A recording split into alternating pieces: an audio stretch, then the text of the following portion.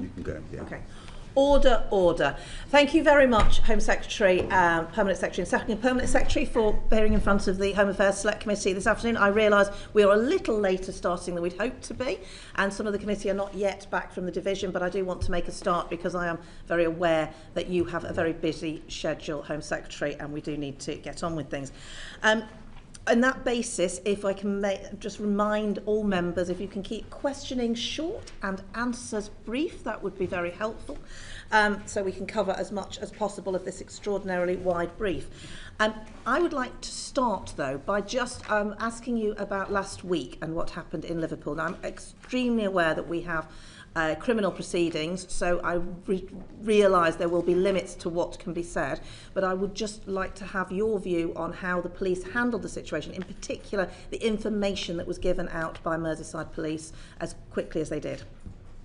So I want to pay tribute to the first responders, the police, the fire service, the ambulance service, and to the way they responded to what was a horrific incident, and we will all have seen the images as well, and coming also on what should have been a day of joy for the city of Liverpool.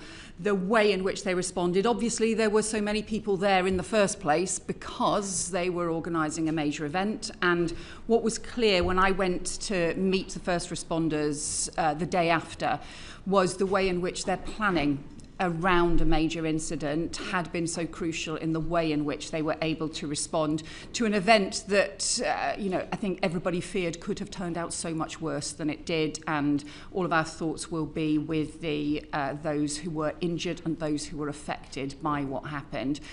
As you'll know, these are operational decisions. What is said about an incident, what is said about somebody being arrested, and about the circumstances as well.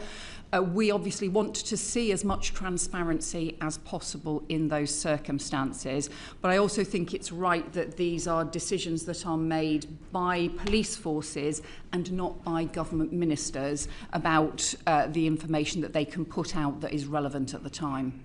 Thank you. And certainly you'll have seen the report that we published as a committee about the policing of the disorder following Southport, and that we were very concerned that there hadn't been as much transparency. But one of the things we were also concerned about was the CPS protocol, which seemed to us to be not reflective of the current situation with social media. I wonder if you have any information on that. Has there been any update to it? So the Law Commission are undertaking a review on contempt of court, on how information can be provided in anticipation of a trial. We obviously have a long-standing tradition of trial by jury in this country, and as a result that has impacts on what can be said to ensure that there is a fair trial and that we don't end up with trial by jury being jeopardised as a result of partial information, misinformation, incomplete information, or people hearing part of the story and not getting the full evidence in court. Obviously, the full evidence should be put before the court as well, and as much transparency too. But I think all of us have to recognise that, as you put in your report, the social media and the pace at which information circulates on social media means the kinds of the framework that we had all understood to be in place when we were only dealing with traditional media, all of that has changed now, and so police forces in particular do need to be able to respond to that fast pace of both information and misinformation in order to make sure actually that can be part of protecting trial by jury and protecting a fair trial as well. So we have urged the Law Commission to speed up this particular bit of their consideration and look forward to their reflections on the detail of this, but I think the committee is right to raise this as a very significant issue. Thank you very much. We're now going to move on to neighbourhood policing, and Margaret Mullane. Thank you. Home Secretary, you've forecast and mentioned in a previous meeting with us the increases in neighbourhood policing teams, which we all welcome. But I'm going to highlight the Metropolitan Police have indicated that their financial settlement will mean, in their terms, cuts, really, officer and staff cuts. I just wonder, what forecast have you made on how this is going to work? How will it happen? Yeah.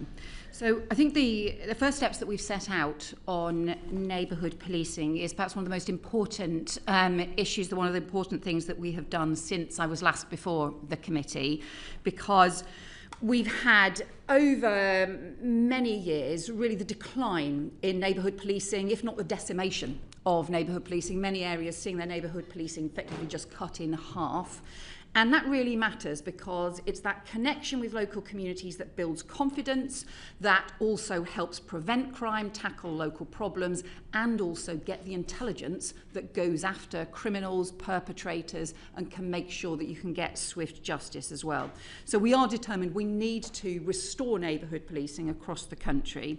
As part of the first year, we've increased the funding for police forces by over £1 billion, up to over £1 billion for this year, including 200 million specifically dedicated for neighbourhood policing across the country.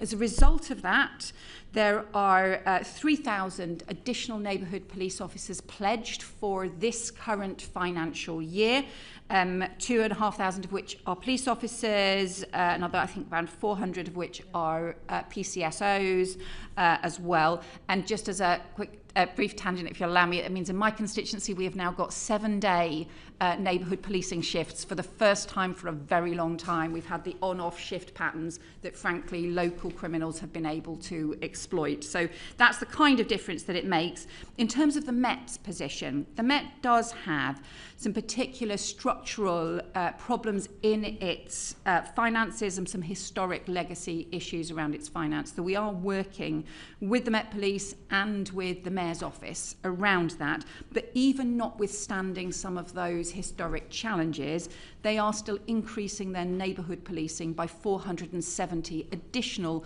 police on the streets of London in the course of this year. So even notwithstanding their financial challenges that we're working through with them, they're still putting additional neighbourhood police on the streets. Okay, and if I could just follow up, so that is good news, but how do you think you'll ensure that the neighbourhood policing guarantee doesn't lead to the performance management, the problems with that as well, and obviously the problems with abstractions as well? So we're setting up a system. We've been working very closely with policing on this, with the National Police Chiefs Council on how we roll out neighbourhood policing, including making sure we have regular monitoring, including month-by-month monitoring to ensure that neighbourhood policing is being rolled out, to ensure that the financing within the 200 million only follows once the neighbourhood police are in place. And we are also working with policing in order to be able to have proper systems in place to monitor and prevent that kind of abstraction. Because you're right, you'd often go talk to neighbourhood police teams and they'd say, oh, well, half of our team is actually being abstracted for something else. That's not the way we need to do neighbourhood policing. We need them dedicated in teams. There will always be emergencies, situations, events that happen, including, for example, the kind of event that happened in Liverpool last week, where, of course, neighbourhood police will be moved to where they need to be, but we still need them to be spending the majority of their time in the local communities. Thank you. Maguire with a quick supplementary. Thanks, Chair. Just a quick follow-up to that, if I may, Home Secretary. So one huge concern that constituents of mine coming from rural area of North Cornwall is that this neighbourhood policing guarantee framework won't actually take account of rural areas. So obviously per head population is important and policing resources are put there. But in constituencies like mine, we have county line drug gangs, lots of rural thefts. How will you and your department take account of the rural areas to make sure that they benefit from this as well? Yeah. So first of all, neighbourhood policing matters in rural areas as much as it matters in urban areas. It's crucial that obviously they'll operate in different ways, have different patterns of working in rural areas, but that needs to be responsive to the kinds of communities. Secondly, we are working with the National Police Chiefs Council on a rural crime strategy in order to be able to recognise the kinds of the different patterns of crime. Sometimes we've seen serious and organised crime exploit issues in rural areas, for example. Devon and Cornwall are seeing a significant number of neighbourhood police increasing. I should have had the table in front of me and then I could have told you the precise numbers for this year. but it needs to be making sure every area has neighbourhood policing. I will say we obviously have asked the police to prioritise town centre patrols as part of this first year, because I think that town centre crime, where we've had increased shoplifting and street theft, has been a particular issue that needs to be a priority, but it needs to apply to all areas. And can I recommend you speak to Staffordshire Police, who've been doing excellent work on this for a number of years, so I want to give them credit. But Sean Davis. And before we move off that particular subject, I also encourage you to look at West Mercia Police, who are looking to prevent CSOs from being on duty after 8 p.m. And they are consulting on that. And Home Secretary, I understand you'll respect the independence of the police, but clearly that goes against the grain of the guarantee that we're talking about, doesn't it? So the point about having neighbourhood policing is to respond to the kinds of challenges within each individual community. So that might be about, depending on some areas, that might be about daytime shoplifting in particular town centres, or it might be about the nighttime economy. It might be particular areas where there are evening challenges, and it is important that the police forces respond to exactly what those kinds of challenges are. On Staffordshire Police, for example, I actually know they are doing some very good work around off-road bikes, including using drones to go after off-road bikes. We obviously, as part of the Crime and Policing Bill, are introducing stronger powers for them also to be able to seize the bikes much more swiftly.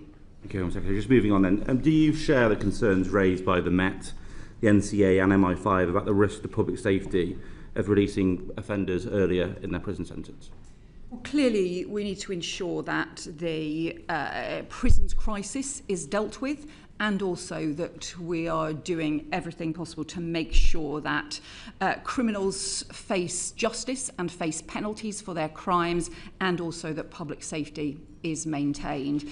We did inherit the most appalling prison crisis, where the previous government had, even in 14 years, had built only a few hundred prison places compared to the many more that we have delivered even just since the election, and the 14,000 prison places that the Lord Chancellor has committed to. But even notwithstanding that, we cannot reach a situation where if the police arrest a dangerous offender, they cannot be in the situation where there is no place to put them. There is nowhere to be able to put someone on remand or while they're being arrested as well. So that's why we've commissioned the sentencing review. That's why the Lord Chancellor has taken forward initial response to the sentencing review and will be bringing forward legislation. As part of that, the government has rejected one of David Gauke's recommendations around some of the most serious offenders and are exempting the most serious offenders from, and that includes terrorism offenders, from some of the early release arrangements. And we are also strengthening the work in terms of the curfews, tagging, the much stronger penalties in the community and stronger monitoring as well. We will continue. I know that the Lord Chancellor has already been working closely with the police and others, and some of the stronger safeguards, particularly around terrorism offenders, were announced after that letter had been drawn up. By definition, if those prisoners are not in prison and they are in the community, it'll require more resources in the community to manage those offenders. Has that formed part of your submissions to the Treasury as part of the spending review? And if so, would you like to say anything more about that and how that links to these very important national organisations raising the concerns that they are? So first of all, just obviously on the terrorism offenders, they are obviously those most serious offenders are being exempted. Clearly, there needs to be the proper action in communities in order to make sure that cases are monitored. It's why the Lord Chancellor has already announced the increase in probation. I think much as probably many members might want to tempt me to comment on the spending review in advance of it being announced next week, I will refrain from doing so. But clearly, we will always want more investment around policing and around meeting the challenges that they face. And that includes challenges from the sentencing review, challenges from different patterns of changing crime as well. Thank you. And just before we move off the spending review, clearly also important that the ambitions that the government was elected on in July are also funded as well. Are these things being taken into the round as part of those submissions? Clearly, I don't want to ask you to break any confidences around that process, but clearly very important to communities and constituents like mine. Clearly those will be central focus, not just of the Home Office, but right across the government. We set out a plan for change, and it's really important that that plan for change is delivered as the government set out, and also that we make sure that we're ensuring the centrality of security underpinning so much of what we do. It's the approach that we take in the Home Office, but I think it's an approach really right across the government, which is if you don't feel secure and safe, you can't enjoy the opportunities in your life. If a country doesn't feel safe and strong, then we won't get the kind of growth that we need as well. So whilst growth is the first priority for the government, security and public safety are the first duties of any government, and that is certainly the case for a Labour government too. Thank you. If I can move to police reform. Sir Mark Rowley has stated that the police are up for radical reform, and Gavin Stevenson's call for bigger and capable forces. What's your view, Home Secretary, in terms of police reform? Do you see a case for fewer chief constables, fewer police forces across England and Wales?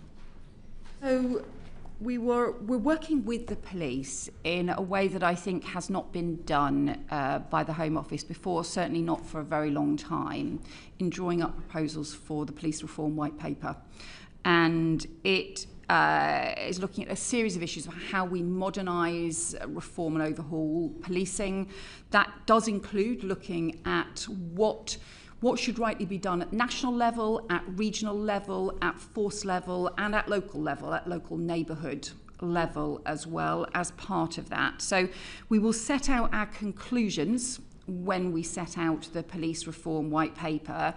It does mean recognising that there are some things that shouldn't be done in the current chaotic way across 43 different police forces, even if that's the issues around some of the national the services that underpinning enabling services, such as forensics, such as helicopters, the NPAS service, and that some of those need to be driven by effectively a new national policing body. And so that will be part of the reforms.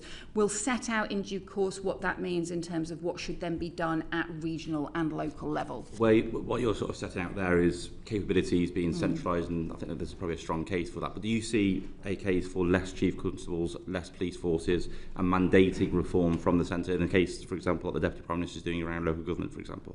We are aligning the approach that we're taking with some of the work around local government. So, for example, where there are mayors been introduced, we've talked about the policing powers coming under part of the responsibilities of mayors and deputy mayors as well. So, but I think I understand the question that you're raising, but some of these are issues that we will set out when we set out the overall response as part of the police reform white paper. Just one final question regards to this, and just in terms of the capability and capacity of the Home Office to oversee that reform programme, and also holding the police accountable, notwithstanding their operational independence for some of the pledges you're making, does the Home Office have that capacity and that capability in the centre to do that?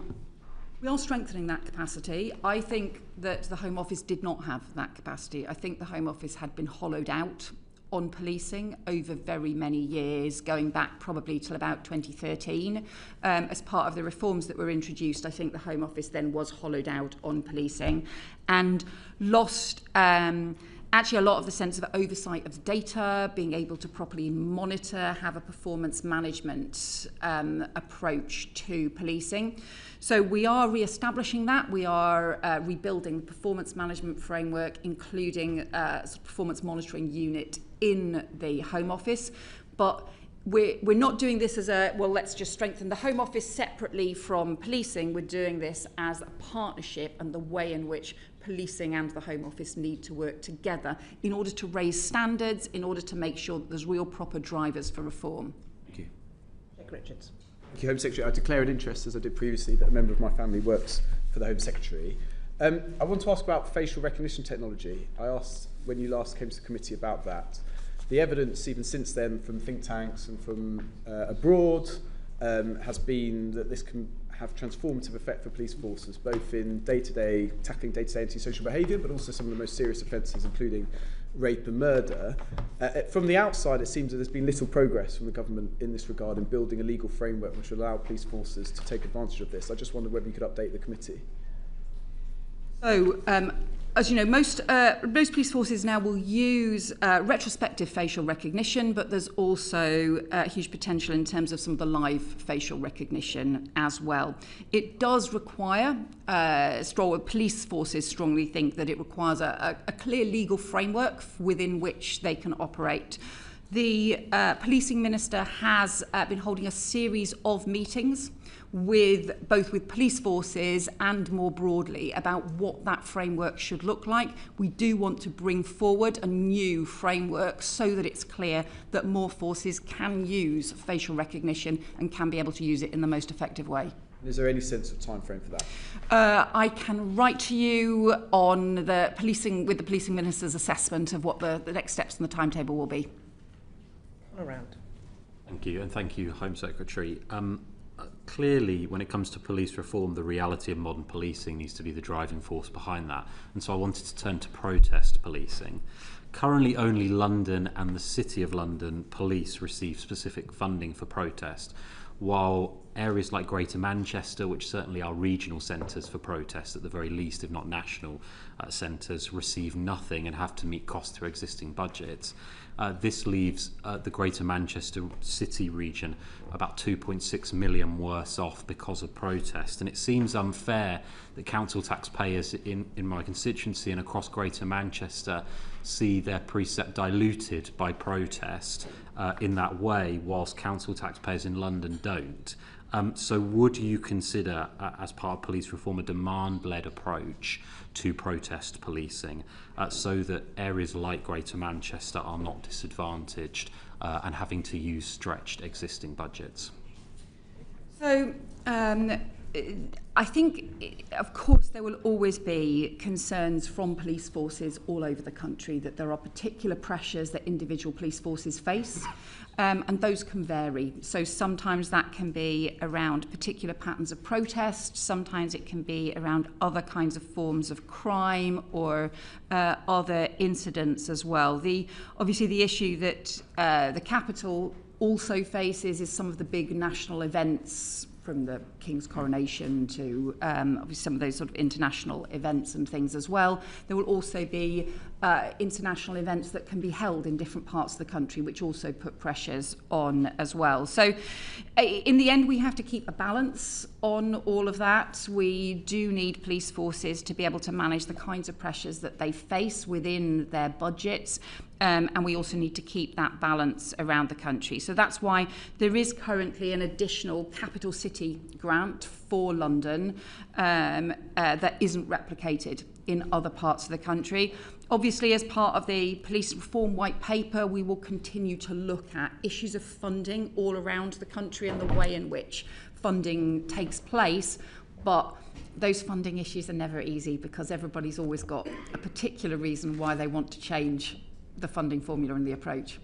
Of course, but considering particularly the recent significant increase we've had in protests and protest policing, do you think that should form an important consideration going forward? And do you think the balance as it stands is currently fair, where London is ring-fenced and other major cities, with Manchester, I feel obliged to point out, hosting many international events alongside seeing extremely high levels of protest, especially in recent months?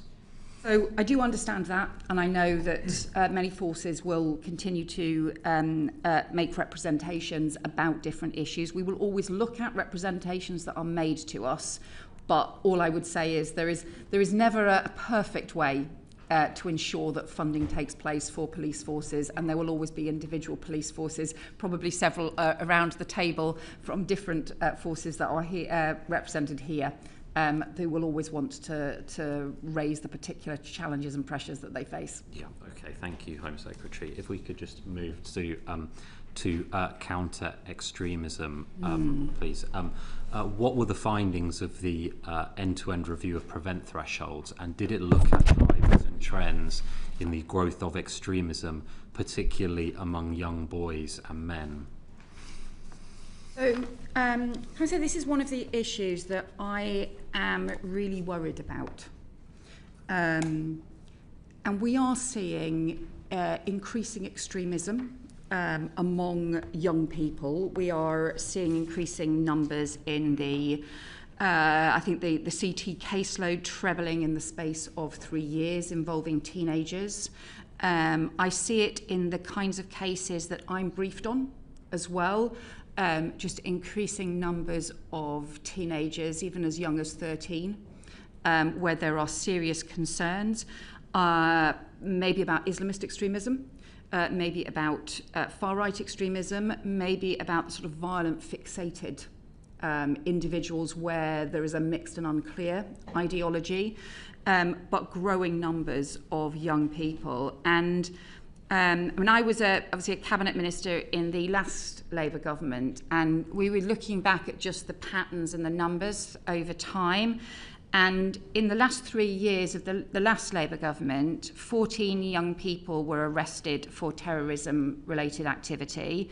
In the last 3 years, 114 were arrested. And what we've also seen, I think, is a doubling of the number of young people being referred to Prevent since last summer as well. So I think this does raise some very significant challenges for us. It's one of the reasons that we have we're introducing the youth diversion order as part of the crime and policing bill, but it's also one of the reasons that we are setting changes to Prevent and some reforms to Prevent, looking again at the thresholds for Prevent, but also asking David Anderson to review the overall operations as the interim Prevent Commissioner, so setting up this interim Prevent Commissioner for the first time. And that is one of the things that has come out of the review that we did after the election, the work that we did around countering extremism, was the way in which Prevent needs to reform. Yes, to look at thresholds. I continued to be concerned about the threshold ending up being too high and not enough Islamist extremist cases being referred to Prevent, and the need to do more to make sure more of those cases were being referred to Prevent, but also in the way in which Prevent could respond and the ability of Prevent to work with other local services as well. I know this is an issue that the committee is looking into, and would very much welcome the committee's reflections on some of these issues around young people. There's obviously a broad degree of consensus. I mean, from the National Crime Agency's National Strategic Assessment, from the Director General of MI5, from lots of different figures about the role that online radicalisation is playing in this process. And I think that's a concern reflected by parents and many people right across the country. Many people come and speak to me, and I'm sure other members of the committee as well. So from your perspective, from a national security perspective and a violence and terrorism perspective, what view do you have on the need to limit access to that material online, access in terms of social media channels, and the government's agenda and approach in that area? Yeah, well, some of this is terrorism-related material, and it is unlawful and should not be online.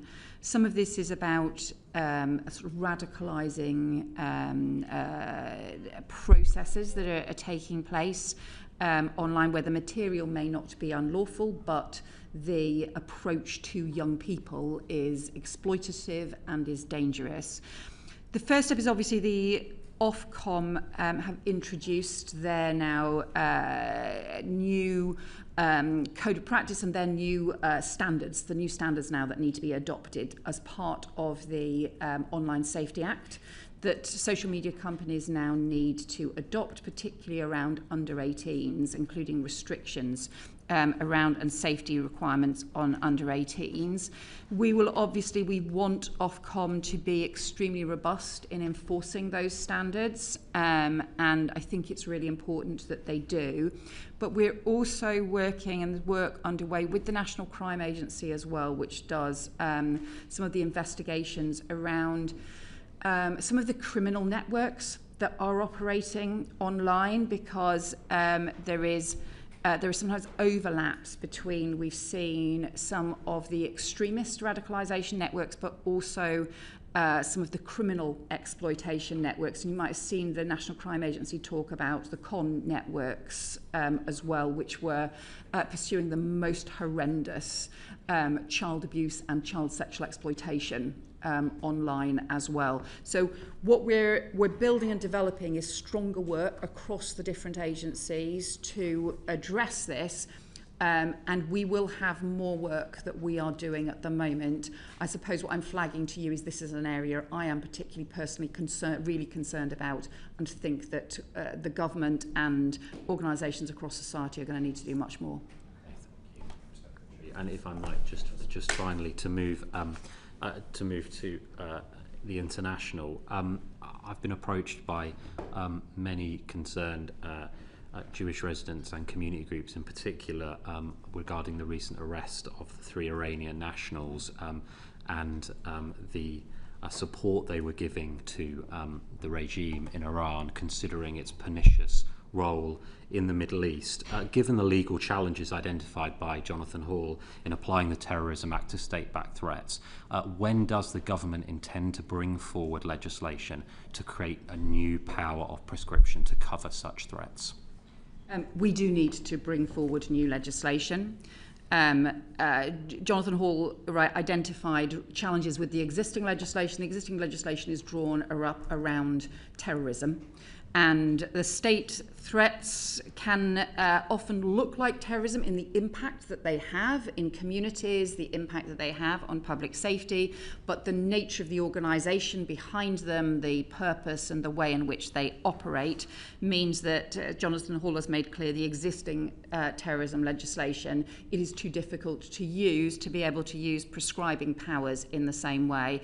However, I am clear we need a prescribing power for state-backed organisations that pose a threat to our country, and it's incredibly important that we defend our national security and have those powers in place. So we are doing the follow-up work now based on Jonathan Hall's report, based on what those legal provisions will look like. We will bring them in obviously at the earliest opportunity.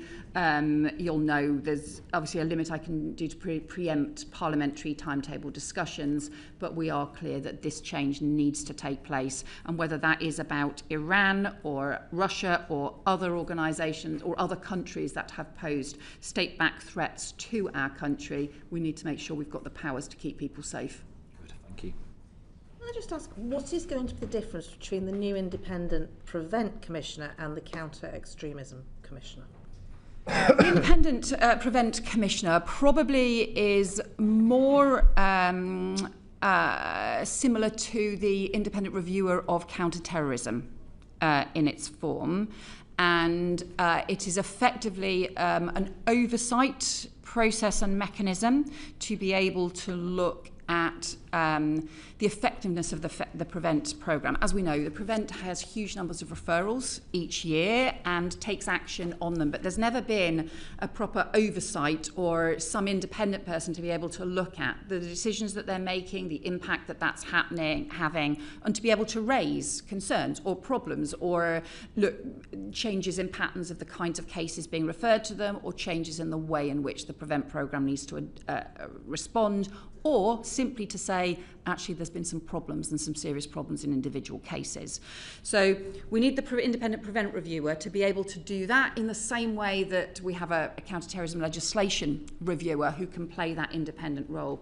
I think the counter-extremism role as a different one, includes working with a whole series of different agencies across society on charities, on different standards around local authorities and so on. So I think those are different One's approaches. More reviewer and the other is more wide-ranging.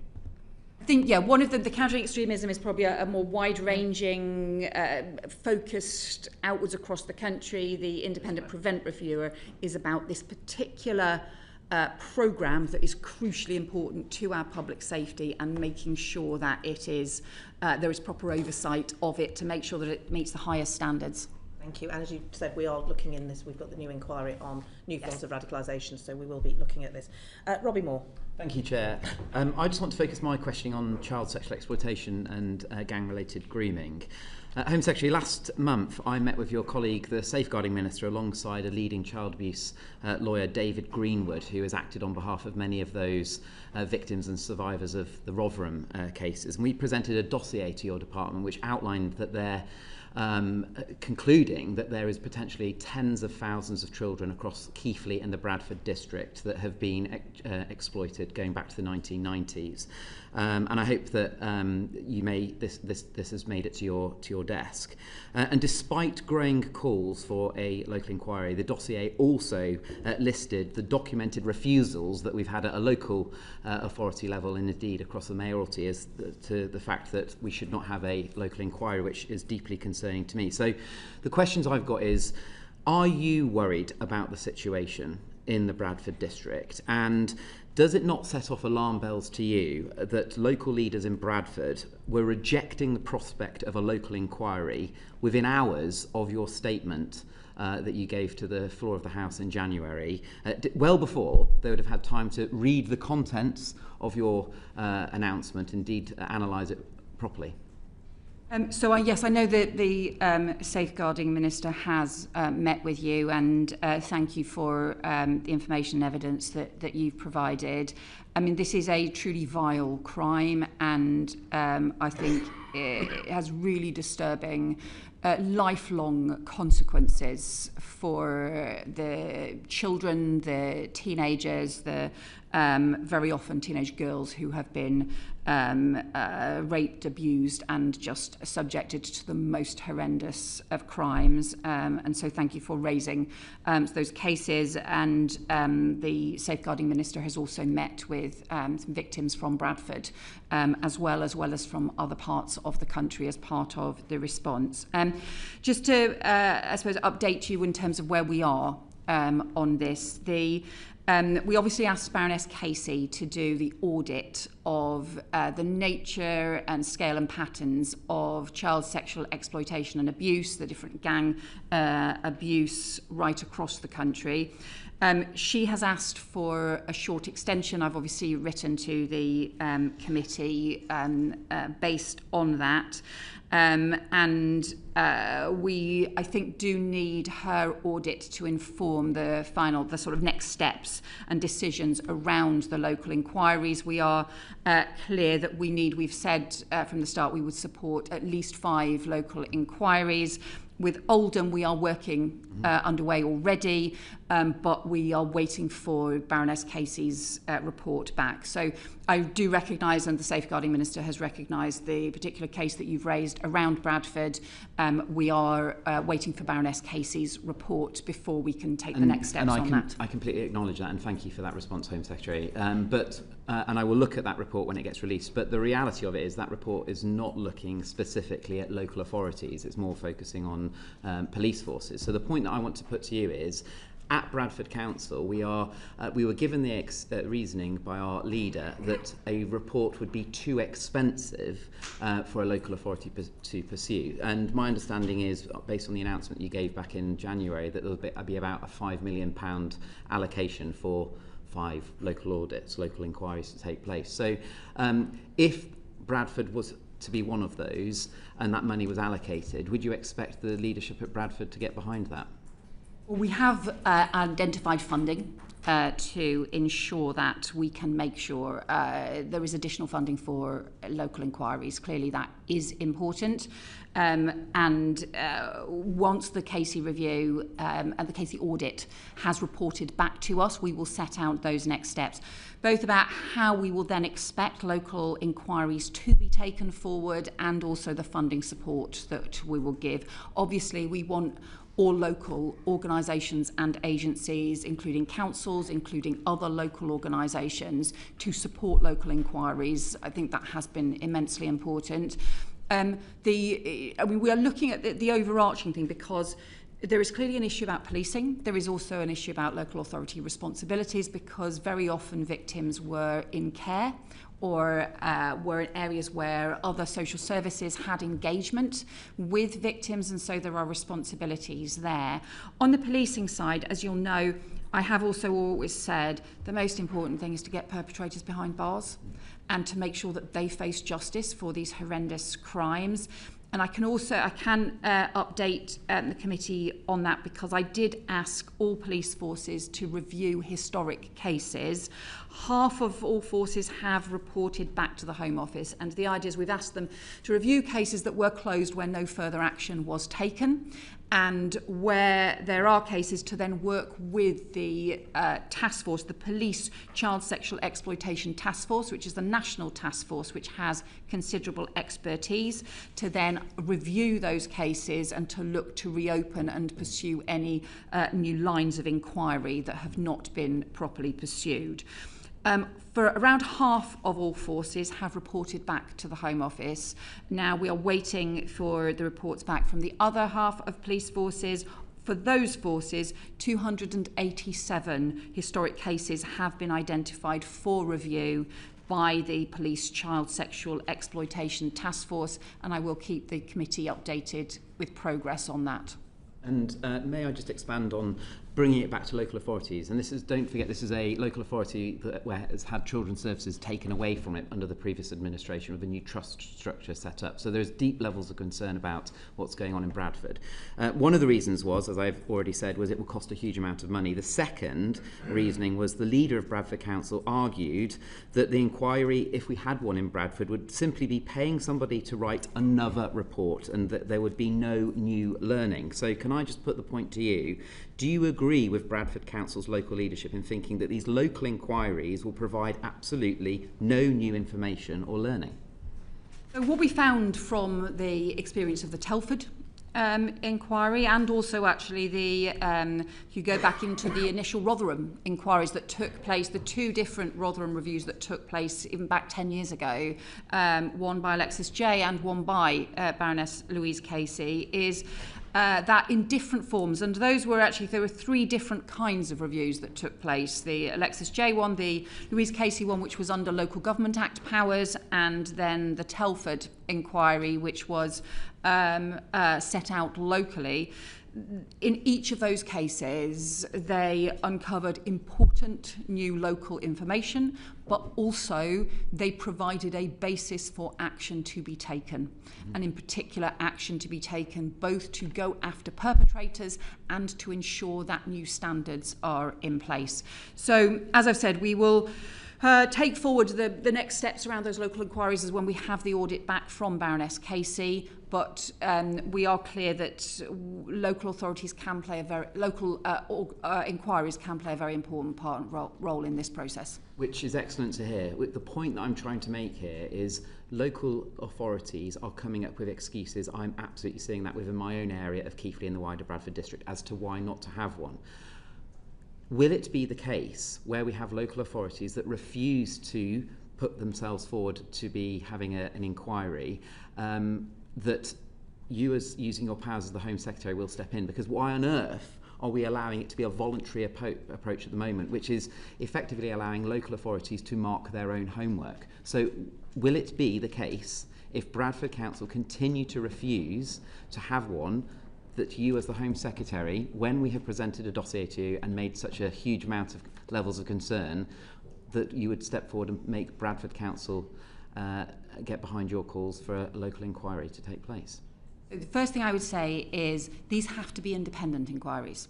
So these can't be inquiries that are done by local authorities. They have to be independent inquiries, and it's only independent inquiries that we will provide funding for. That's what happened with the Telford inquiry. Although it was initiated by the local authority and local organisations, it was then conducted independently. That is crucial. This is, I do understand the questions you're raising, but some of these are the points we will respond to once we get Baroness Casey's audit, because part of what she's looking at is what are the key areas, what are the key issues that are raised in terms of what we know at the moment. and we need to ensure that the framework for those local inquiries and also other reforms that we will need to introduce reflects that evidence and reflects that information. This needs to look at issues around both being able to get to the truth in terms of the police investigations, but also making sure there are proper accountability mechanisms in place. So we're alive to all of those points. We raised some of those points actually at the very beginning of this process when we identified some of the principles that we needed to reflect.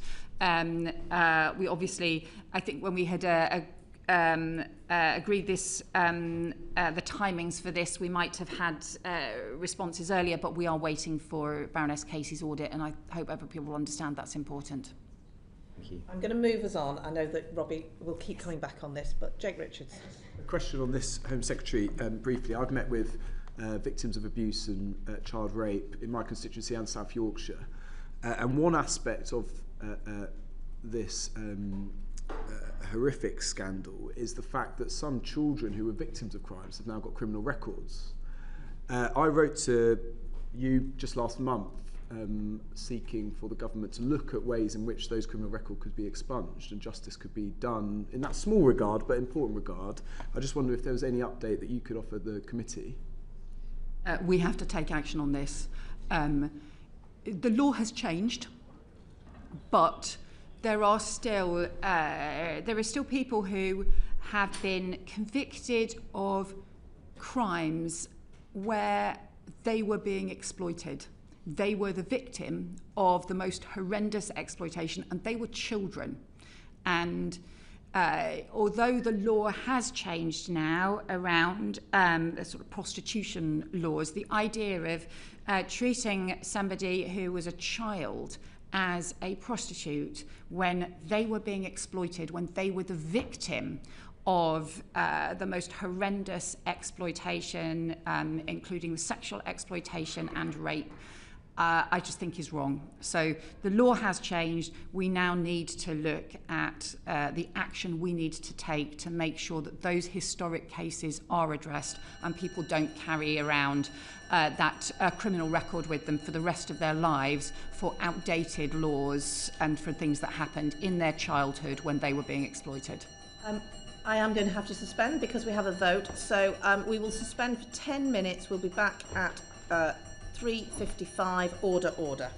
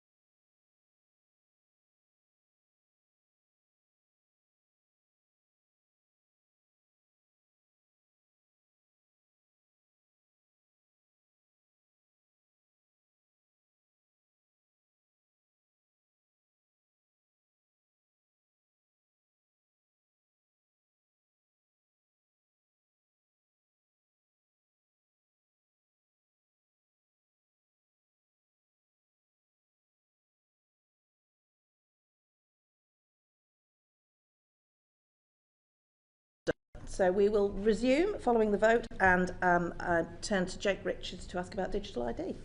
Thank you. Home Secretary, yesterday at Home Office Questions, Edward Lee, the Father of the House, said that there was now cross-party consensus across British politics as to the need for a more universal digital ID system. Obviously, the government are making huge strides in this agenda anyway. The e-visa programme, we have digital driving licences that Peter Carl, the Secretary of State, is leading on, one login, various initiatives. Is there any scope in your mind for a more ambitious cross-departmental programme to utilise digital ID? So, as you rightly say, the DCIT department is already developing digital ID. What we are particularly looking at is how we have digital ID for everyone coming to the UK. Through whatever visa, through whatever system that they arrive in the UK, that we have digital ID in those circumstances. So we've set this out in the white paper in terms of what our next steps are on this. So we want, for example, to have a digital service linked to e-visas and linked to our border management process to be able to determine whether an individual is in or out of the UK, whether they have left at the point at which their visa expires, or whether they are overstaying and immigration enforcement action is needed. We also want to ensure the e-visas can effectively be used as a way of having that digital ID around the ability to work, to be here lawfully and to have the ability to work. So one of the things we are doing is now strengthening the enforcement capabilities for our immigration enforcement teams. We've increased the illegal working raids by 40% since the election. And increased arrests for illegal working by around 40% since the election, because we made clear it's a sort of core principle that the rules need to be respected and enforced as part of the immigration and asylum systems. And I think for too long they haven't been. So we need to strengthen that enforcement. But as part of that, if the immigration enforcement teams increasingly have biometric kits, then that allows them to do the on-the-spot checks, whether somebody does have a valid e-visa, whether they are lawfully able to work in the particular with the particular employer or not, and to be able to do those effectively on-the-spot checks. That rollout of the infrastructure, the biometric kits, is starting this year, but we do think that is an important part. It's having the digital infrastructure alongside having the ability to check it to make sure that you can get the proper effective enforcement in place. I think the white paper and your answer there, obviously there is huge potential for digital ID in terms of new arrivals and securing our borders and having an immigration system that's fit for purpose. Just in terms of the wider population and other issues, so for example online fraud and online crime is one of the huge challenges for your department and for crime prevention and the criminal justice system. Do you see digital ID having a role to play in that? And yeah, more generally across the population, or do you see it confined to simply an issue of immigration and border control within the auspices of the Home Office, of course, because there are other benefits in other departments?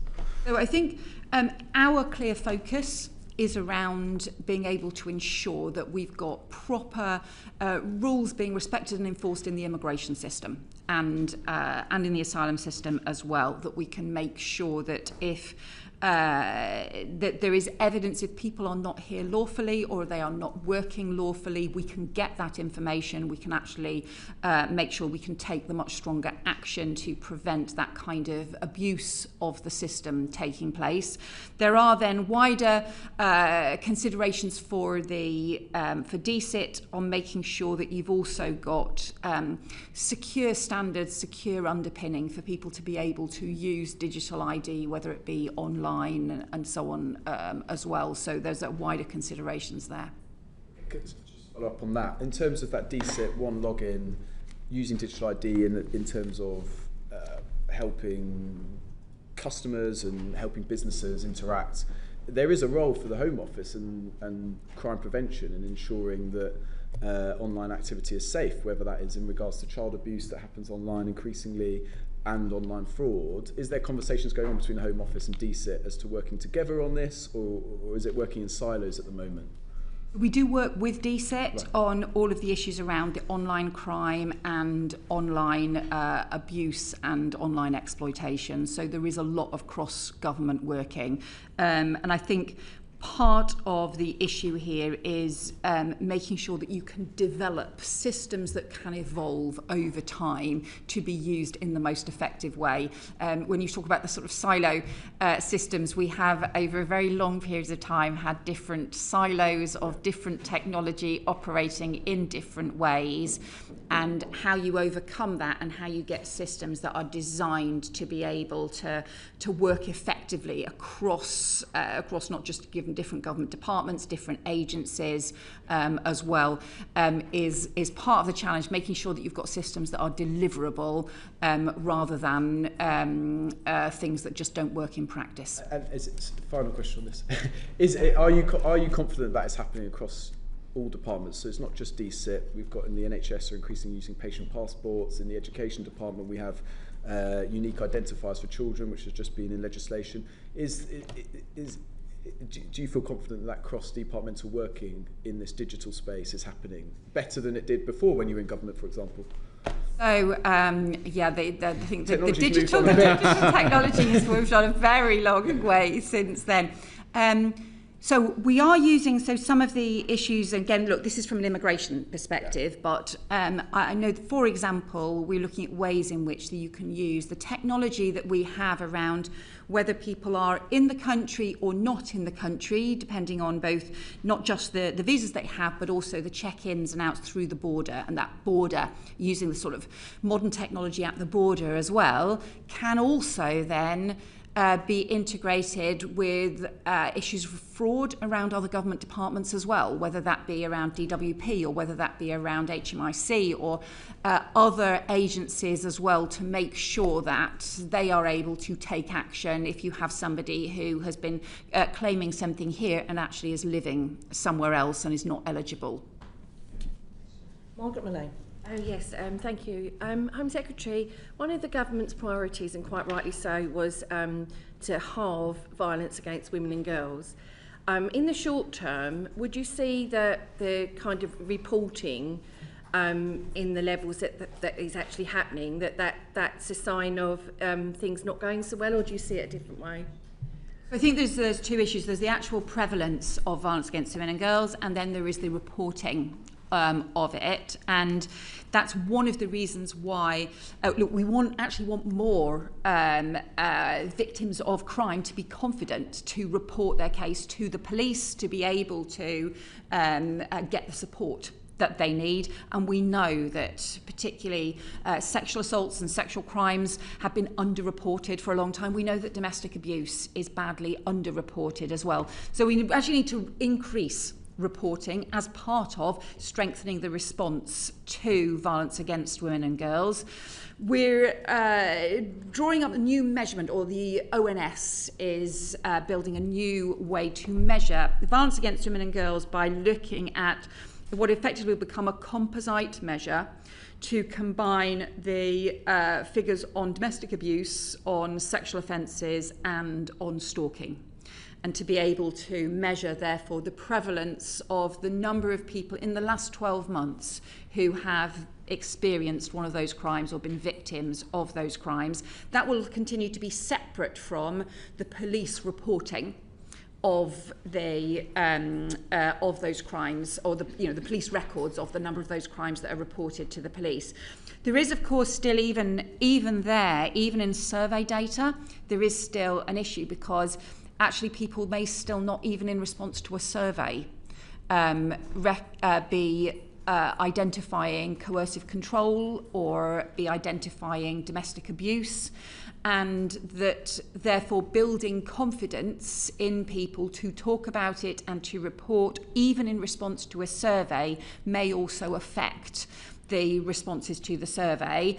But I think the most important thing is, if we've got those new measures in place and we have the new Violence Against Women and Girls strategy, which we plan to take forward this summer, then we've got the combination of the ways to better measure it and also the framework to be able to take much stronger action too. Thank you. We're now going to move on to immigration and the white paper, and Chris Murray. Thank you, Chair. And can I draw the committee's attention to my register of interests and the support my office receives from RAMP. Home Secretary, I want to ask you about the immigration white paper that you published a fortnight ago, which is one of the biggest changes in British migration policy for a long time. You have said you're committed to lowering net migration, but on violence against women and girls, you've set a target. On knife crime, you've set a target. But on migration, you haven't. I want to ask you why that is. And the Migration Advisory Committee have said that their view is that it's not just the aggregate number of migrants in the country, it's the different types of migration you get. Do you agree with the MAC on that? So I think, look, the starting point is we've got a history in this area where I think confidence has understandably plummeted. There have been a lot of promises made to people across the country about what would happen to net migration under the previous Conservative government, a lot of promises that were made about what the impact of the new Brexit agreements would be, about what the impact of government policies would be on net migration. And actually the opposite happened. So we saw net migration quadruple in the space of just 4 years, in a period in which the government had made a formal commitment to bring net migration down. I think, therefore, we're not going to take that approach. We're not going to do things that just undermine confidence further. We're going to instead just take practical steps, step by step, as we set out in the white paper.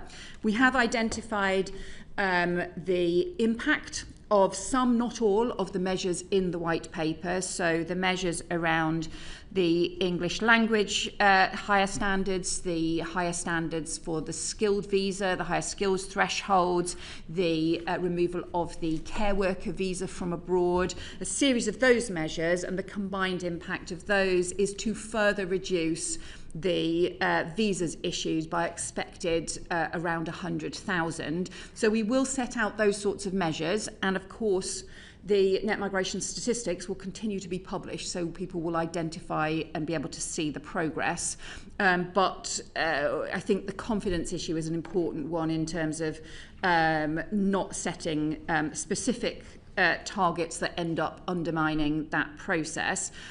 I do agree, though, that there are also different kinds of migration and that we need to look at those very differently. So, of course, international students coming here to study, to learn, to bring new investment into not just our higher education institutions, but into our economy and into communities is really important.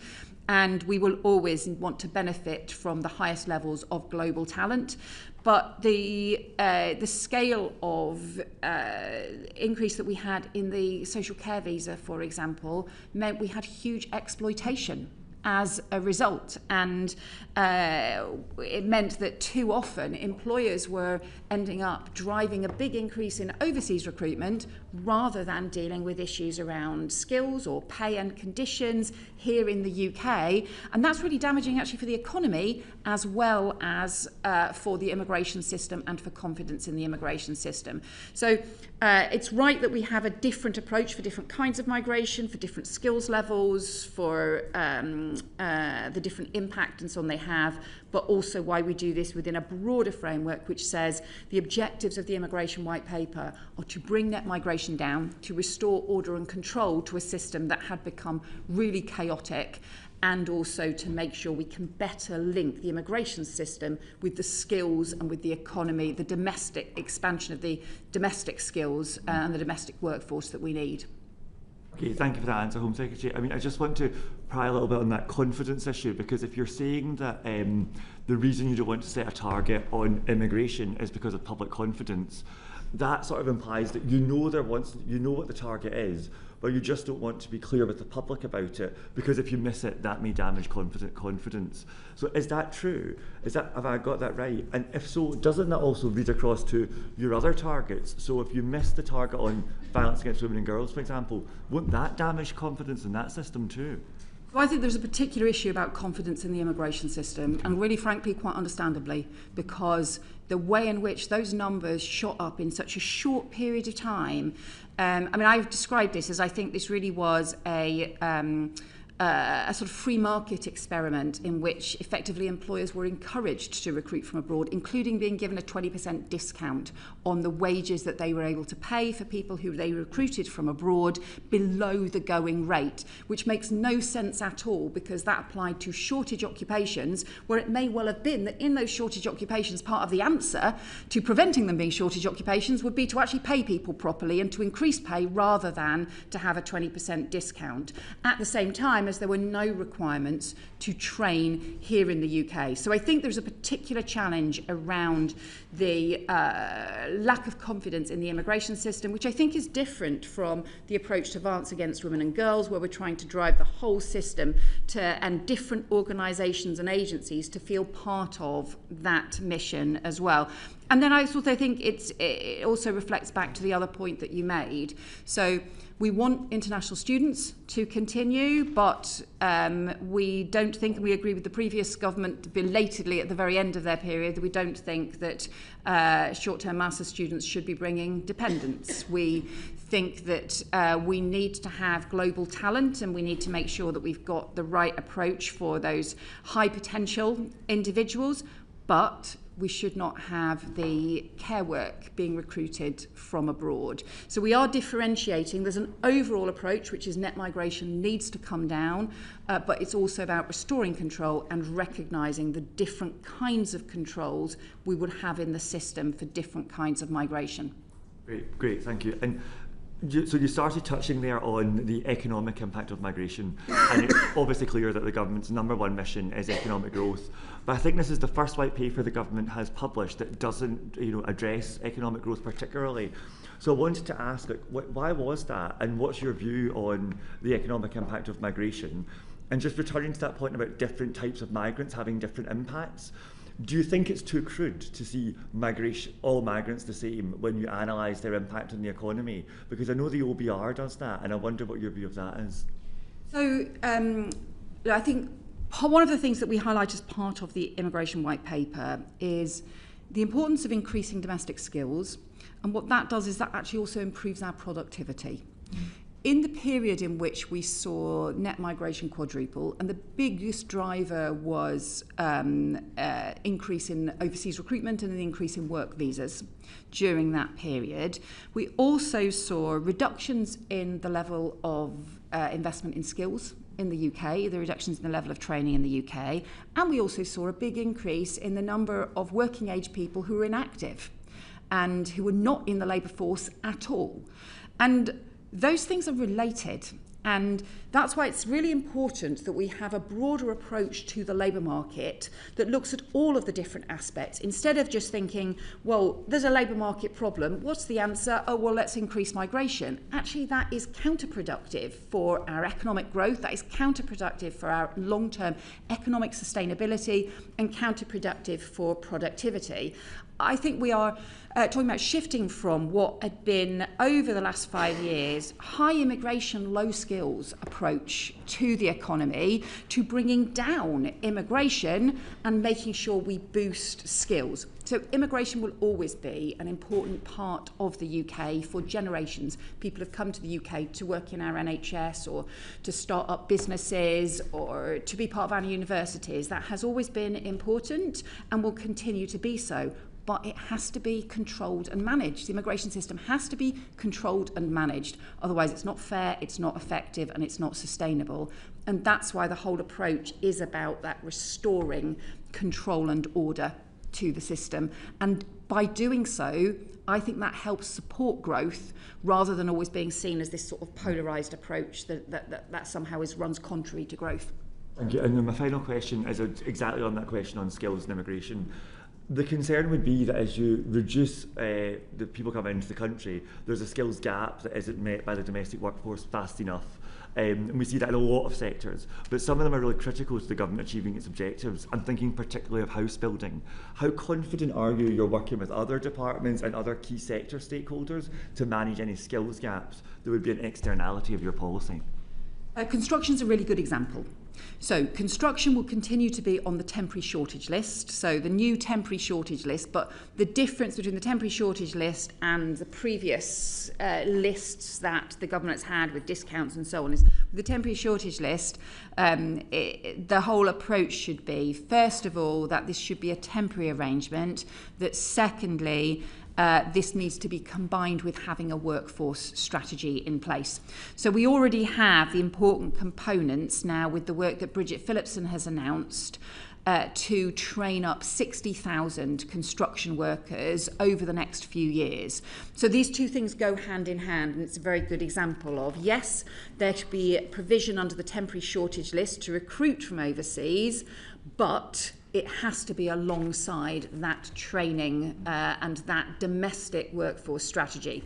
So the new approach we want is the Labour Market Evidence Group, which should bring together the different skills bodies, including not just Skills England, but the different devolved skilled organisations and governments as well, alongside DWP, because that is about labour market access, alongside the Industrial Strategy Council, because that's also about the role of employers and some of the issues around terms and conditions and the way in which that impacts as well, and the Migration Advisory Committee. And for these different labour market bodies that have all only looked at one aspect of labour market policy in the past, there's been no overview that says, do you know what, we've got a huge shortage of construction workers, so what are we going to do? How are we bringing all of this partnership together? And to properly bring that together with the Labour Market Evidence Group, for them to then identify what are the key priority areas that we need workforce strategies drawn up, and then from the MAC, from the point of view of the immigration system, to say, okay, are these workforce strategies being met? Are they drawn up? Are they adequate? And what does this mean in terms of whether an occupation should go on the temporary shortage list and how long for? So that allows then for occupations on the temporary shortage list to be capped or to be time limited, and to have those additional controls and safeguards in place. Great, thank you.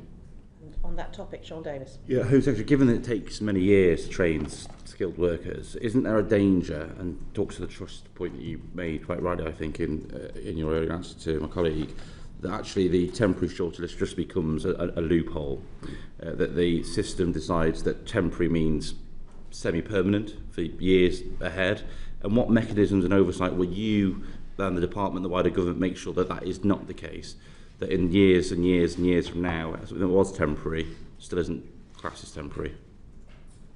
Yes, so we've already, as part of the immigration white paper, identified a series of occupations that will be taken off what used to be the immigration salary list, which we're abolishing and replacing with the temporary shortage list. The number of occupations on the temporary shortage list will be significantly lower than the number of occupations currently on the immigration salary list. I was flicking through to see if I had that number in front of me, and I don't, unless I haven't got the number in front of me. We can, someone can remember, we may find it in our notes and be able to tell you the expected reduction in the number of occupations that are on the list. So we'll be reducing those number of occupations, but then it has to be linked to the workforce strategies for the future.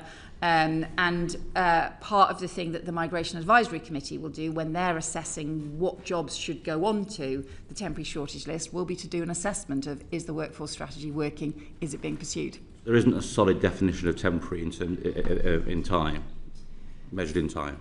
So that will vary from occupation to occupation. So clearly, if you have something where the training period takes a long time, that will be different from something where, yeah, there may be some additional needs for training, but to be honest, you could do the training in 2 months. And so there will be a difference in, therefore, the approach taken to different occupations. And we've got millions of job vacancies currently. We've got millions of people unemployed or economically inactive. What happens if you just simply, and British Business say to you as the Home Secretary, we just simply cannot get the workforce from Britain, and there is a temporary arrangement that's coming to an end, and we simply can't do it? Will that then be moved from the temporary shortage list to more of a permanent solution? Will the system be that agile? So the approach is that the skills threshold is being raised. So the skilled worker visa would apply to graduate level jobs. Understand. For below graduate level jobs, they will only be able to go on the temporary shortage list if they are effectively the critical areas, for example, those that are critical to the industrial strategy or something like construction. But there will be some areas where actually there probably are shortages at the moment that industry themselves need to address and can do so relatively swiftly, that they will not be put onto the temporary shortage list. And the employers and that sector needs to respond and adjust, because we're actually trying to get the economy to behave in a different way here, and to make sure that we've got the level of investment in skills and training that we need, but also put proper value on certain jobs that it just may be about the shift patterns that are a total nightmare. Well, no wonder you can't recruit people to be able to do those jobs, because the kind of shift pattern makes it totally impossible to drop the kids off at school, or makes it totally impossible to live your life, or is not understanding the need for employers to be able to respond. So there will be some jobs and some occupations where those will always be constraints and will always be difficult, but there are others where we want employers to be able to adapt. And I think the thing that's been interesting in the reception of the white paper is actually how much there's been a sense of employers also want a high-skill economy. Employers also want to know that they are not being undercut by other employers who are just actually ending up breaking the rules or ending up not doing their bit as well. So I think across the economy, I think there is a strong commitment to us being a high-skilled economy, making sure we get the highest skills and talent from all over the world that we need, but also making sure that we're bringing net migration down and we're focusing on the training here in the UK. Simon has kindly checked out the number and says it's up to 180 jobs and occupations that have been removed from the immigration salary list that won't go on to the temporary shortage list. Thank you, so just two very quick questions. One detailed, another kind of more principle. So I declare my interest as chair of the APPG for the event sector. Does a 28-day visa to allow workers and visitors into the country for business fit into your definition of controlled and managed migration? So the net migration figures are for people coming to the UK for more than 12 months. So there are obviously already a series of different temporary visas and arrangements for businesses, for example, who want to people want to come for business meetings, for example, in the UK as part of international trade. It's really important that you can continue to have those sorts of meetings that you've got where you've got trade arrangements and so on, contracts that cut across borders and so on. So there's always been those kinds of arrangements, and those kinds of arrangements. Well, some particular concerns, I'll take that offline. And then the more broader question, which is, I expect what your answer will be, but I'll ask it anyway. Do you think that we should look at how other countries organise the difference between illegal migrations, which sits with the equivalent of the Home Office, and legal migration, which normally or can sit with the Business Department to see as an economic growth? Do you see that there are arguments in favour of that, particularly given that in the public opinion, often the two things are mixed together? You're right that people can often link the different things, but actually I think people also have different attitudes to different aspects of legal and illegal migration. I think the strongest concerns that people have is about illegal migration. The strongest concerns people have are about dangerous small boat crossings that undermine border security and put lives at risk. I think, though, trying to sort of carve up different systems, you just spend a huge amount of time doing so. In the end, there has to be order and control across the board. And making sure that there is order and control in the legal migration system is also about how you make sure that the rules are enforced. And that means identifying where there is illegal migration as well. And I'll give you one example of where I think these are linked, where we are taking now stronger action, is we have had increasing evidence of visa misuse and of people who are claiming asylum at the end of their visa, even though nothing has changed in their home country in that period, or different kinds of visas suddenly being used for a surge of asylum claims, even for countries that is not justified for. So we've already taken steps to tighten restrictions to reverse the loosening of rules that had taken place under the previous government for countries like Jordan and Colombia, where we had seen a big increase in asylum claims as a result of some of the loosening of visa controls. We've also taken some action around some of the visa measures around Trinidad and Tobago as well, just about making sure that we can restore order to the system. There are some other areas we are looking at, including areas where people are claiming asylum at the end of their student visa, again, even though nothing significant has changed in their home country during that period as well. So that's why I think there are benefits from having all of these systems interrelated. Thank you. Robbie Moore, and I'm conscious we've got just over quarter of an hour, so if I can urge brevity, please. Okay, fine, Chair. And one of those areas which has drawn particular attention is the role of care workers. And I just want to build on the point that from the announcements to do with the changes of overseas recruitment, the Home Office are expecting the impact to be about 7,000 on approximate numbers with care workers. I was just wondering how many care workers have previously been displaced, have been successfully rematched, as you're aware, with new care roles. So I don't have those figures in front of me. I don't know if we have them. The We might precise have number to in front of write me. to you Okay. with that. What we've obviously had set up is a system where those who came to the UK on a care worker visa, and then it turned out actually the sponsorship of that care worker had to be revoked because actually they weren't meeting the proper standards, they didn't have proper checks in place, sometimes the job just did not exist, were then set up as a pool system so that they could be recruited by other employers rather than other employers continue to recruit from overseas. So that system does exist, and I will write to the committee with any figures that we have on those. Thank you, and we would appreciate that. And just finally, just on this section, was what advice or what is the government looking at doing if care providers can't fill these essential roles? So care workers for a transition period, the employers will continue to be able to recruit international care workers who are here already on an alternative legal route. So those who are already here legally, who have permission to work, will be able to then get care worker jobs and to transition onto a care worker visa.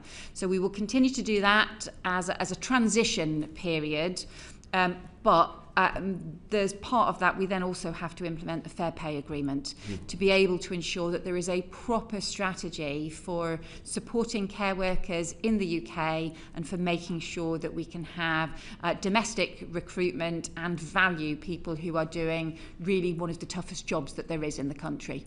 And as part of the decision to try and bring out a strategy that's reducing the inward migration of about 7,000 for care workers, has there been any impact assessment, fiscal impact assessment on the cost of care on those care providers that they find gaps of not being able to keep that level of recruitment going with the new announcements that have been made? So we think that the care industry will be able to recruit from the those who are here lawfully, whether that be UK residents or be international people who are here from overseas who are already here lawfully. So we think they will be able to do that and to meet their recruitment pressures that they face. But we are working with the health department on this. As we introduce different changes through the immigration rules and through legislation and so on, as the different parts of the immigration white paper, we will then also produce further impact assessments and so on. But we've obviously set out as part of the annex to the white paper some of these provisions. Okay, fine, thank you. I want to spend the last 15 minutes on illegal migration and the asylum system, but very quick point around the Ukrainian scheme. Concerns have been raised about what will happen come the autumn when the 18-month extension will start to be just 12 months, and the risks there will be for children getting into schools, taking up jobs, etc. I wonder if you could look before the summer recess at whether there can be some certainty given to Ukrainian refugees who are here on that visa system. Yes, we are continuing to do that. I think it's very important that particularly that academic timetable for young people is taken into account. So I am very conscious of that and ensuring that we recognise that as part of the continuing support for the Ukraine scheme. Thank you. So if we can move on to illegal migration, and Chris Murray is going to lead off on that, and then Paul Kohler is going to come in on the asylum system. Thank you. Home Secretary, 10 years ago we didn't have small boat crossings, but now they're one of the biggest challenges your department faces. What's changed in the interim is we don't have the Dublin system. There's no mechanism for the Home Office to send back people to European countries where they should be. So my question is, are you looking at ways to work with European countries to strengthen that? And can you tell us how many gangs you've smashed so far? So there's a series of factors, I think, behind what's happened. We've seen this big increase in small boat crossings over the last. You go back to 2018, and it was barely a handful. And since then, an entire criminal industry has taken hold along our borders with networks, including supply chains that spread right across the... I want to be really specific about international cooperation on this issue, sorry.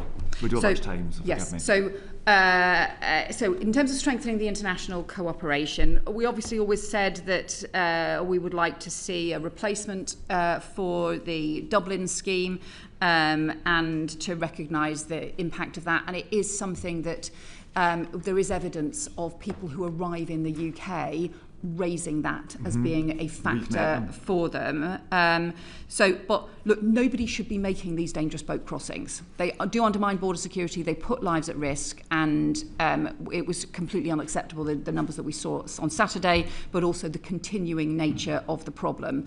The central focus of the cooperation that we are building at the moment, particularly with France, is their agreement to change the law about intervention in French waters, or to change their rules about interventions in French waters. They have a maritime review underway at the moment. We are very keen for them to implement that law change as rapidly as possible. And also, I was in Berlin last week, meeting with the German Interior Minister to talk about the stronger enforcement we need and their agreement to change the law in Germany so that we can go after the warehouses that are in Germany. Would you see a return to Dublin as an option for the Home Office? Is it something you're pursuing, given when we had it before we didn't have small boat crossings? So we have always said that we would like to see those sorts of arrangements and the replacement for that kind of arrangement. We obviously need to make sure that we've got a system in place that is workable. You also referred to the impact in terms of the gangs. We do. There is information that will be released later this afternoon about an additional set of arrests that have taken place in the UK, led by immigration enforcement, into a criminal gang network that has been running both illegal entry and also illegal working and facilitating illegal working, and we can send you those further details because we have substantially expanded the work that the National Crime Agency is doing, the work that the Border Security Command is doing, and the work both here in the UK. This particular example today is about a gang that has been operating based from here in the UK, but we also know there are particularly Iraqi Kurdish gangs and other gangs that have been operating in northern France that we're cooperating both with France and with Germany and with Iraq and the Kurdish regional government to be able to pursue those gang networks as well. When I asked that question, I did not expect you to say you'd smashed a gang today.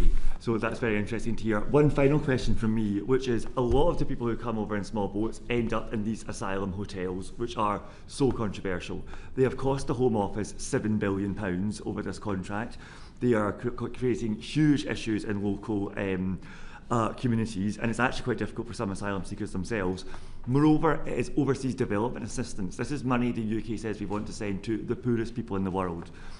We had the providers in, and they told us that they have only been penalised 3% of the time, and they've only paid £4 million out of their £400 million in profits.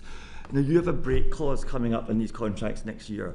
Please tell me you're at least considering breaking those contracts, or at least substantially revising them. Well, we've inherited these contracts. I recognise it was all inherited. I am concerned about the level of money that's gone into these contracts. Also, look, the scale of the backlog that we inherited. We need to end asylum hotels altogether. Some of that is about bringing the whole backlog down, being able to clear the decision making. We have to interrupt. We're going to come into some questions So on the sorry, asylum I'll come back to backlog. that. No, it's Yeah. absolutely fine. I'm just conscious of So time. in terms of the management of the contracts, well, we've introduced tighter conditions of the contract. I think you have Minister Angela Eagle giving you more evidence on that, who can talk through some of the details of that. You'll know that we have been taking action to remove one of the suppliers, Stay Belvedere, from the supply chain as part of the tighter contract management. We'll keep all contracts under review, but I think the core issue we have to do here is bring the overall numbers down in the asylum accommodation system. Sean Davis. Points just on the provider question. We had the National Audit Office brief us in the report. We've also had the providers themselves who said they've put tens of millions of pounds aside to pay back to the Home Office through excess profits. Why on earth hasn't the Home Office taken that money back and used that money for the priorities of the British people? So we have already taken a series of steps since the election to drive better value through the contracting process. We're saving hundreds of millions of pounds already since the election, both compared to previous years and also compared to the plans that we have inherited as a result of those changes, and are also looking at further changes in order to be able to drive those costs down and to be able to get better value. I absolutely appreciate that, Home Secretary, but we had providers in front of us who said that they've literally put tens of millions of pounds aside and they haven't paid it over to the Home Office because the Home Office haven't asked yet. Yeah, so this is the profit share mechanism. We can go into the detail next Tuesday with Dame Angela Eagle. But essentially, we're doing the audit of the money at the moment. And once we've been through the audit, we will request the money that is due. And one final question. This is clearly a huge issue for the electorate, for constituencies. Is it not time now for a radical solution around the application of the European Convention of Human Rights, and whether or not we really need to look differently at the interpretation of that convention, or completely disapplying ourselves from it in part, either on a temporary basis or on a permanent basis? So, interesting, compliance with international law has already helped us get new agreements in place with France and with Germany to help tackle some of the serious problems with the criminal gangs operations that we face. So the agreements with France, as you may know, the previous government tried over about a 6-year period to get the French government to agree to intervene in French waters, and at each stage they would not do so. They have agreed to do that now, but part of the way in which we have been able to build up that much stronger cooperation is also by saying we recognise we will continue to comply with international law. Similarly with Germany, with their ability and commitment to changing the law. So, however, we also need to look at the way in which laws are being interpreted. So, as we put in the immigration white paper, there are areas, for example, where the system around family migration has become so complex. The proportion of decisions being taken as exceptional, often under interpretations around the ECHR, around particularly Article 8, end up being about 30% of the cases. Well, that's not exceptional, that is a much broader proportion. So, but that reflects some of the complexity of the system and the overall system and the way in which the decisions have been based on a series of court decisions as opposed to having a clear framework set out by Parliament that then can be much easier for the courts to interpret and much more reflect what I think the public would want to see. So we are looking at that. We are as part have of to it. move Sorry, on. It's all right. Chair. I realise we've got 5 minutes, and Paul Kohler has got questions on the asylum system. At last. As you mentioned it, Home Secretary, I refer the committee to my register of interests. One of my donors, Saffron Adam, had an interest in Stay Belvedere. There are something like 250,000 asylum seekers in the system at the moment. I know you inherited this backlog, but when are you expecting to clear it? So we've already had a significant drop in the number of people waiting an initial decision. So the we've speeded up decisions very substantially since the election, including speeding up the initial decisions, including also taking action as part of the Border and Security and Asylum Bill to introduce statutory timetables for appeals. Because whilst we can make substantial progress on the initial decisions, and we are doing so on those, and expect that to continue to come down over the coming months as well. What's the target on that? What are you looking at with regard to the initial decision? When should that be made? By what time? So I was just scrolling through my pages that maybe that excellent. The number with initial decisions are more than double those in the 3 months before the election, in the period of January to March. We're going to continue with that high level of decision making, and that should bring the initial decision making down. There's obviously a certain point at which the process, it just becomes the number of people, the time it takes then for process decisions to go through the system. Though? What's that target to make an initial decision? So, what's the time target, duration? So we expect over the course of this year, and certainly over the course of the next 6 months, to lead to a very substantial drop in the level of initial decision making, or the backlog on initial decision making. But if we don't have this legislation go through on the appeals system, then we will still end up with long, unacceptable delays in the system. So we're introducing the statutory timetable for making appeals decisions so that we can also speed things through, both for their initial decisions and then to have the appeals decisions also speeded up as well. I'll answer my question though about a target for the initial decision. Do you not have a target for the initial decision? So at the moment, we are still working through a backlog of cases that have been in the system for a considerable amount of time. And as the Home Secretary was saying, there'll always be a level of what we call unworkable cases in that system, people who are up for trial or something. So until we have got through that backlog, which will be of longer cases, and we've still got about a third of cases that have been in the system for longer than a year, which goes back to the delays last year through the IMA. We need to work through all of that in order to then establish the rhythm and whether or not we're going to put some sort of target service level agreement around initial decisions. The backlog's down to 79,000 in the most recent figures. Actually, it's continued to fall since then. Those are the most recent published figures, and that in itself was a 13% drop on the previous quarter. So that's the pace at which we're making decisions at the moment. We will continue to make initial decisions at that current pace, but we also need to make sure that we speed up the appeals as well. I understand all of that. Why are you resistant to actually declare that you have a target for the initial decision to be made? Or why is that so difficult? You're going for a target for appeals period, so why are you reluctant to give me a timetable? How long should it take for the initial decision to be made? Look, well, so part of the reason for that is because the new system, we are going to set out further reforms to the asylum system, but one of the things that I have always been keen to do is to have a system for fast-track decisions and appeals, so that for people, if people arrive from predominantly safe countries, actually they shouldn't be sitting in the asylum system for a long time at all.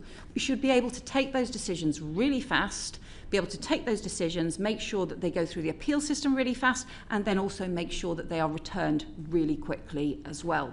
So that would mean a fast-track system alongside the main asylum system. I think that would be really important in terms of making sure that the system is fair.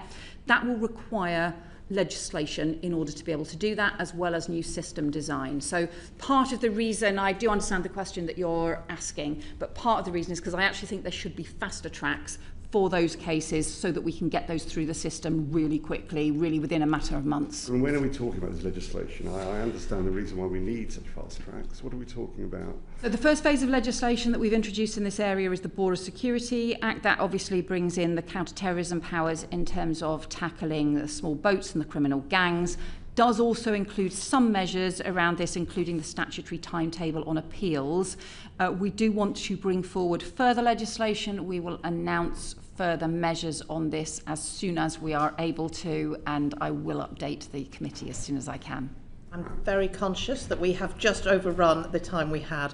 I realise that because we had an hour of voting, we lost quite a lot of the time, and we have many, many questions we'd like to put to you, Home Secretary. So I hope we can invite you back again soon.